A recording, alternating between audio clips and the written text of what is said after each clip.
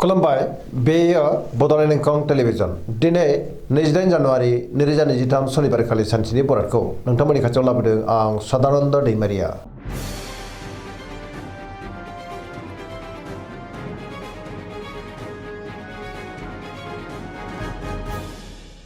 सिगां फरायनो लादों मेष राशि गिबि हांखो अ ल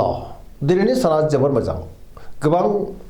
मोजां खाबु फैनोबो हागौ बहाबा दावबायनो एबा हान्थिनो आरो खाबुबो मोननो हागौ मावनो लानाय खामानिखौबो थि समावनो आरो गोरलैयैनो मावफुंनोबो हागोन गोसोआ दिनै जोबोर खुसि जागोन देहायाबो मोजाङै थागोन सोरबा लोगोनिफ्राय मोजां खौरां फैनोबो हागौ रांखावरियाव जोबोर मोजां होनजायो गोबां धोन आरजिनोबो हागोन आयाबो दिनै बांनो हागौ बेफार फालांगियाव दिनै जोबोर मोजां मुलाम्फा मोनगोन सोरबा लोगोजों बाख्नाय जानो हागौ न'खराव दिनै अननानै फैगोन बिमा बिफानिफ्राय अननाय आरो बोरखौ मोननो हागौ गुबुनजों मोजां सोमोन्दो लाखिनोबो रोंगोन गोसोनि बोलोआबो बांगोन समाजाव मान मोनगोन लाइमोनफोरा दिनै जोबोर रमान्टिक जागोन आरो गावबा गावनि गोसोनि साननायखौ फोरमायलायनोबो हागोन पजिटिभ एनार्जिनि गोहोम गोग्लैनोबो हागौ फरायसाफोरा दिनै फरायनायाव गोसो दुंखांगोन आरो मोजां फिथाइ मोननोबो हागोन।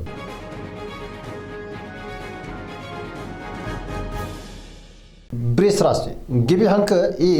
उ ब दिनैनि साना जोबोर मोजां गोसोखौ दिनै जोबोर गोजोननाय मोनगोन गोसोनि बोलोआ बांगोन मावनो लानाय खामानिखौ थि समावनो आरो गोरलैयैनो मावफुंनोबो हागोन गियानाबो बांनो हागौ समाजाव दिनै बयजोंबो मान होजागोन रांखावरियाव जोबोर मोजां गोबां धोन आरजिनोबो हागोन बेफार फालांगियावबो दिनै जोबोर मोजां मुलाम्फा मोनगोन आयाबो बांनो हागौ न'खराव बिसि फिसायनि गेजेराव अननानै फैगोन बिदा फंबायजों मोजां सोमोन्दो थागोन बिमा बिफानि अननाय आबोरखौ मोननो हागौ देहाया मोजाङै थागोन गुबुनजों मोजां सोमोन्दो लाखिनो हागोन जायखि खामानि मावनो मोनफ्रोमबो खामानिखौनो दिनै मोजाङैनो मावफुंलांनो हागोन सोरजोंबा बाख्नाय जानानै गोसोआ दिनै जोबोर खुसि जागोन गोसोनि साननायफ्रा दिनै मोगथाङाव जाफुंनोबो हागौ पजिटिभ एनार्जिनि गोहोम गोग्लैगोन।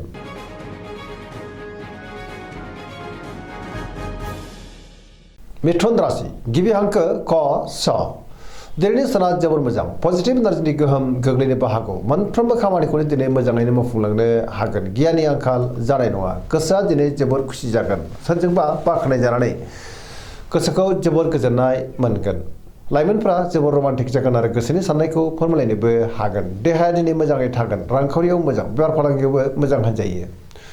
सोरजोंबा बाख्नाय जागोन समाजाव दिनै मान मोनगोन गोसोनि बोलोआबो बांनो हागौ मावनो लानाय खामानिखौ थि समावनो आरो गोरलैयैनो मावफुंनो हागोन सोरबा लोगोनिफ्राय अनसायनाय मोननो हागौ सोरजोंबा बाख्नाय जानोबो हागौ गुबुनजों मोजां सोमोन्दो लाखिनोबो रोंगोन लाइमोनफोरनि गोसोआ दिनै जोबोर रमान्टिक जागोन आरो गावबा गावनि गोसोनि साननायखौ फोरमायलायनोबो हागोन।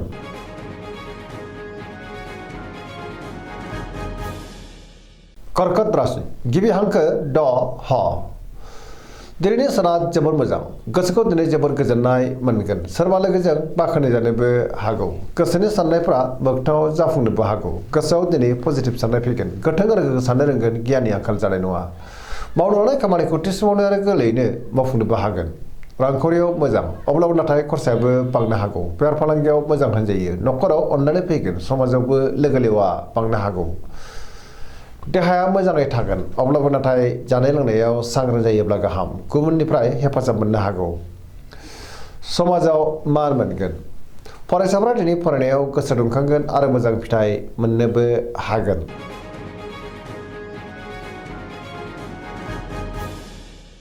सिंह राशि गिबि हांखो म ट दिनैनि साना मोजां आरो गाज्रिनि गेजेरजों बाबेलांनो हागौ गोसोखौ दिनै जोबोर गुलाय गुजाय मोननोबो हागौ मावनो लानाय खामानिखौ मावफुंनायाव माबा नङा माबा मोनसे गोरोन्थि जालांनो हागौ सोरबा लोगोनिफ्राय हेफाजाब लानांगोन बहाबा दावबायनो एबा हान्थिनो खाबु मोनगोन अब्लाबो नाथाय लामा सामायाव सांग्रां जानांगोन रांखावरियाव बारा मोजां नङा नाङा फाङा खरसाया बांनो हागौ बेफार फालांगियावबो बारा मोजां नङा होनजायो गोबां खहा जानांनोबो हागौ गोसोनि साननायखौ दिनै गुबुननो फोरमायनो हागोन अब्लाबो नाथाय गुबुना गोरोन्थि बुजिनोबो हागौ समाजाव मान मोनगोन गुबुननि गोसोखौ बोनो हानाय नङा देहाया मोजाङै थागोन लाइमोनफ्रा जोबोर आला खालाबो जानो हागौ नेगेटिभ एनार्जिनि गोहोमबो गोग्लैनो हागौ सांग्रां जानाया गाहाम।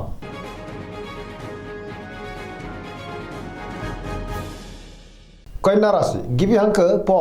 ट दिनैनि साना जोबोर मोजां गोसोखौ दिनै जोबोर गोजोननाय मोनगोन गोथों आरो गोग्गो साननो रोंगोन गियाननि आंखाल जानाय नङा पजिटिभ एनार्जिनि गोहोम गोग्लैगोन रांखावरियाव जोबोर मोजां अब्लाबो नाथाय खरसायाबो बांगोन बेफार फालांगियाव जोबोर मोजां मुलाम्फा मोनगोन देहाया दिनै मोजाङै थागोन गोबां मुंदांखा सुबुंजों लोगो मोनज्लायनोबो हागौ न'खराव बिसि फिसायनि गेजेराव अननानै फैगोन गोबां खामानियाव दिनै मुखुबबो थागोन सोरजोंबा बाख्नाय जानानै गोसोआ दिनै जोबोर खुसि जागोन पजिटिभ साननो रोंगोन लाइमोनफोरा दिनै जोबोर रमान्टिक जागोन आरो गोसोनि साननायखौ फोरमायलायनो हागोन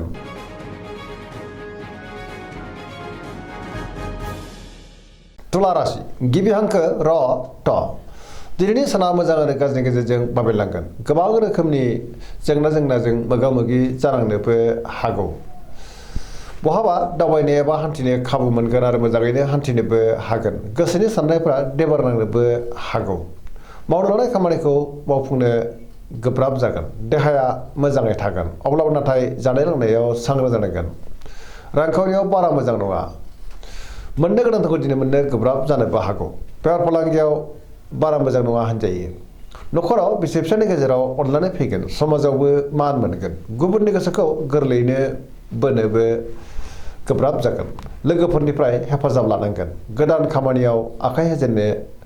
हानाय नङा माबा नङा माबा मोनसे गोरोन्थिबो जालांनो हागौ गोसोनि साननायफ्रा देबार नांगोन नेगेटिभ एनार्जिनि गोहोमबो गोग्लैनो हागौ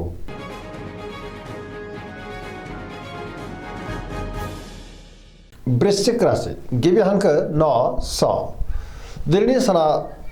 जोबोर मोजां पजिटिभ एनार्जिनि गोहोम गोग्लैगोन समाजाव लोगो लेवा बांगोन सोरबा गोजाम लोगोजों बहाबा लोगो मोनज्लायनानै गोसोआ दिनै जोबोर खुसि जागोन गोसोआव गोथों आरो गोग्गो साननायबो फैनो हागौ मावनो लानाय खामानिखौ थि समावनो आरो गोरलैयैनो मावफुंनोबो हागोन गुबुननिफ्रायबो थोजासे हेफाजाब मोनगोन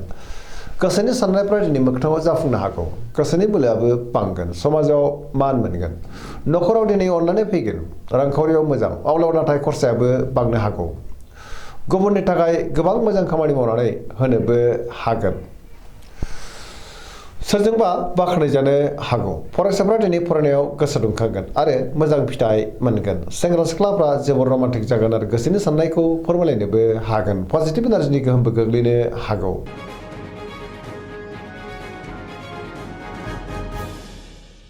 धनु राशि गिबि हांखो ध फ भ दिनैनि साना जोबोर मोजां सोरजोंबा बाख्नायजानो हागौ गोसोआव बोलो बांगोन मावनो लानाय खामानिखौ थि समावनो आरो गोरलैयैनो मावफुंनो हानानै गोसोखौ दिनै जोबोर गोजोननाय मोनगोन माबा नङा माबा मोनसे मोजां खौरां मोननोबो हागौ गोसोनि साननायफ्रा दिनै मोगथाङाव जाफुंगोन रांखावरियाव मोजां आयआ बांगोन बेफार फालांगियावबो दिनै जोबोर मोजां मुलाम्फा मोननो हागोन समाजाव बयजोंबो मान होजागोन बहाबा दावबायनो एबा हान्थिनो खाबु मोननो हागौ आरो मोजाङैनो हान्थिनोबो हागोन पजिटिभ एनार्जिनि गोहोमबो गोग्लैनो हागौ देहाया दिनै मोजाङै थागोन न'खराव बिसि फिसायनि गेजेराव अननानै फैगोन बिदा फंबायनिफ्राय थोजासे हेफाजाब मोननो हागौ सेंग्रा सिख्लाफ्रा जोबोर रमान्टिक जागोन आरो गोसोनि साननायखौ फोरमायलायनो हागोन फरायसाफ्राबो दिनै फरायनायाव गोसो दुंखांगोन आरो मोजां फिथाइ मोनगोन धोरोमारि बिथिङावबो गोसो दुंखांनो हागौ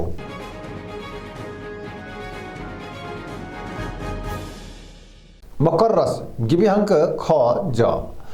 दिनैनि साना जोबोर मोजां गोसोनि साननाया जाफुंगोन मावनो लानाय खामानिखौ थि समावनो आरो गोरलैयैनो मावफुंनोबो हागोन रांखावरियावबो मोजां अब्लाबो नाथाय खरसायाबो बांगोन मोननो गोनांखौ दिनै मोननो हागोन बेफार फालांगियाव जोबोर मोजां मुलाम्फा मोनगोन गोबां मुंदांखा सुबुंजों दिनै लोगो मोनज्लायनो हागौ गुबुनजोंबो मोजां सोमोन्दो लाखिनो रोंगोन मोनफ्रोमबो खामानिखौ दिनै मावफुंलांनो हागोन गोदान खामानियाव आखाइ होजेननोबो हागोन न'खराव बिसि फिसायनि गेजेराव अनलायनाय फैगोन बिदा फंबायनिफ्राय थोजासे हेफाजाब मोनगोन बिमा बिफानि अननाय आरिफोरखौ मोननो हागौ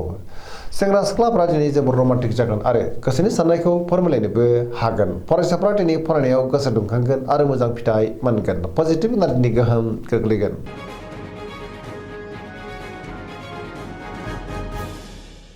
कुम्भ राशि गिबि हांखो ग स दिनैनि साना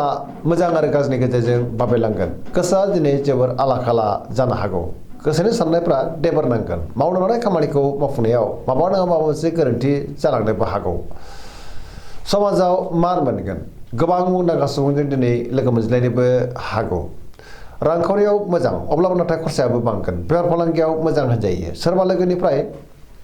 हेफाजाब लानांनो हागौ देहाया दिनै बारा मोजां थानाय नङा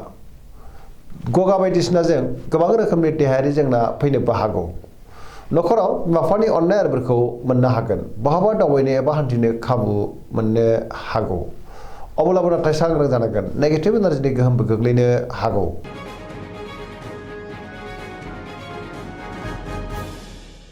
मीन राशि गिबि हांखो ड स दिनैनि साना मोजां आरो गाज्रिनि गेजेरजों बाबेनलांनो हागौ। गोसोखौ दिनै जोबोर उसुखुथु मोनगोन। सुथुरनि गाज्रि नोजोर थानोबो हागौ। गोसोनि साननायफोरा देबर नांनोबो हागौ। मावनो लानाय खामानिखौ मावफुंनो हायोब्लाबो माबा नङा माबा मोनसे गोरोन्थिबो जालांनो हागौ। देहाया मोजाङै थागोन। रांखावरियाव मोजां, बेफार फालांगियावबो मोजां। न'खराव अनलायनाय फैगोन। लाइमोनफोरनि गोसोआ दिनै जोबोर रमान्टिकबो जागोन आरो गावबा गावनि गोसोनि साननायखौ फोरमायलायनोबो हागोन। फरायसाफ्रा दिनै फरायनायाव गोसो दुंखांगोन आरो मोजां फिथाइ मोननोबो हागोन। अब्लाबो नाथाय नेगेटिभ एनार्जिनि गोहोमबो गोग्लैनो हागौ। सांग्रां जानाया गाहाम। दिनैनि राशि फरायनाया एसेनोसै। जोबनायाव बेखौनो खावलायो जाहाथे नोंथांमोना सानफ्रामबो जोंनि बे बड'लेण्ड इंखं टेलिभिजनखौ नायबाय थायो आरो साबस्क्राइब खालामो, लोगोसे लाइक खालामो आरो शेयार खालामो। एसेनोसै, गोजोन्थों।